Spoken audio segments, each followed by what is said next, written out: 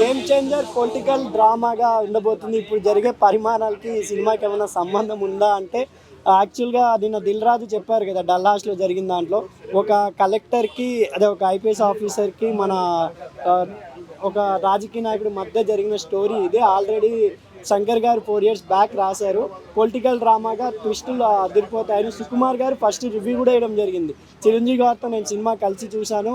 Second half and first half మొత్తం అదిరిపోతుంది.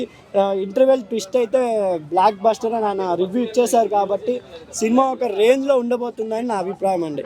ఎందుకంటే భారీ బడ్జెట్గా ఉండబోతుంది కాబట్టి ఇప్పుడు టికెట్ ధరలు కూడా ఒక రచ్చ జరుగుతుంది. కాబట్టి ఫస్ట్ సంక్రాంతి అండ్ న్యూ ఇయర్లో ఫస్ట్ రిలీజ్ అయ్యే సినిమా గేమ్ చేంజర్ కాబట్టి చాలా ఎక్స్పెక్టేషన్ ఉన్నాయి సినిమా మీద. చాలా ఎక్స్పెక్టేషన్స్ ఉన్నాయి కాబట్టి నా అభిప్రాయం ప్రకారం గేమ్ చేంజర్ మరో బ్లాక్ బస్టర్ అవుతుందని నా అభిప్రాయం అండి. ముందు సినిమాలకి ఇప్పటికీ ఏమైనా యాక్టింగ్లో కావచ్చు, ఆ క్యారెక్టర్ త్రిబుల్ ఆర్లో కొంచెం భారీ అయిన పాత్ర చేశారు కాబట్టి ఆ రామ్ చరణ్ గారు కొంచెం ఏజ్ అనేది కొంచెం డిఫరెన్స్ కనపడింది. దీంట్లో యంగ్ లుక్లో ఉన్నారు, పొలిటికల్ లుక్లో ఉన్నారు, మళ్ళీ ఐపీఎస్ ఆఫీసర్ మాదిరి ఉన్నారు. కాబట్టి చూడాలి. రామ్ చరణ్ గారు 3 వెరైటీ లుక్స్లో ఉన్నారు.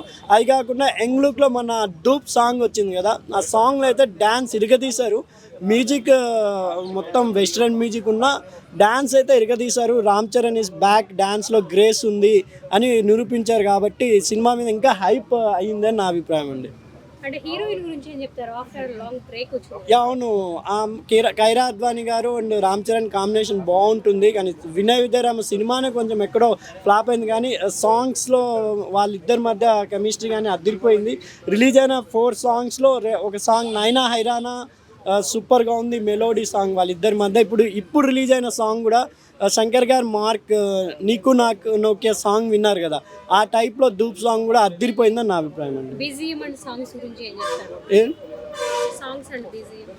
బీజిఎం అయితే తమన్ గారు అద్దరు కొట్టేసినారు. అది టీజర్లోనే కనపడింది కదా, మొత్తం వెస్ట్రన్ స్టైల్లోనే ఉంది. ధూప్ సాంగ్ కూడా వెస్ట్రన్ స్టైల్లోనే ఉంది. కాబట్టి చూడాలి. కొరియోగ్రాఫర్స్ కూడా 4 పాటలకి 4 కొరియోగ్రాఫర్లు చేశారు.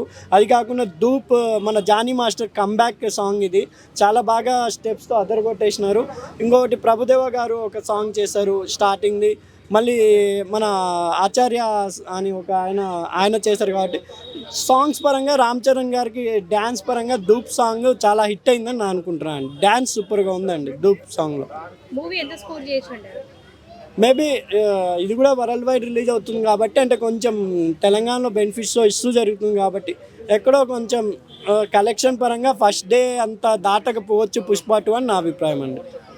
కలెక్షన్స్ ఉంటే కొంచెం అది బెనిఫిట్స్ అవన్నీ ఉంటే కొంచెం గేమ్ చేంజర్ కూడా ఎక్కువ కలెక్షన్స్ రాబట్టే ఛాన్సెస్ ఉన్నాయి. ఇప్పుడు జరిగిన పరిమాణాల వల్ల బెనిఫిట్స్ రద్దయినాయి కాబట్టి గేమ్ చేంజర్ అనేది కొంచెం కలెక్షన్ పరంగా తగ్గచ్చు అని నా అభిప్రాయం.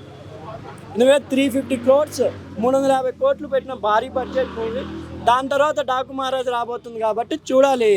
సంక్రాంతికి వస్తున్నాం. ఈ 3 సినిమాలు ఫ్యామిలీస్ని అలరిస్తాయని చెప్తున్నానండి. థ్యాంక్ యూ అండి.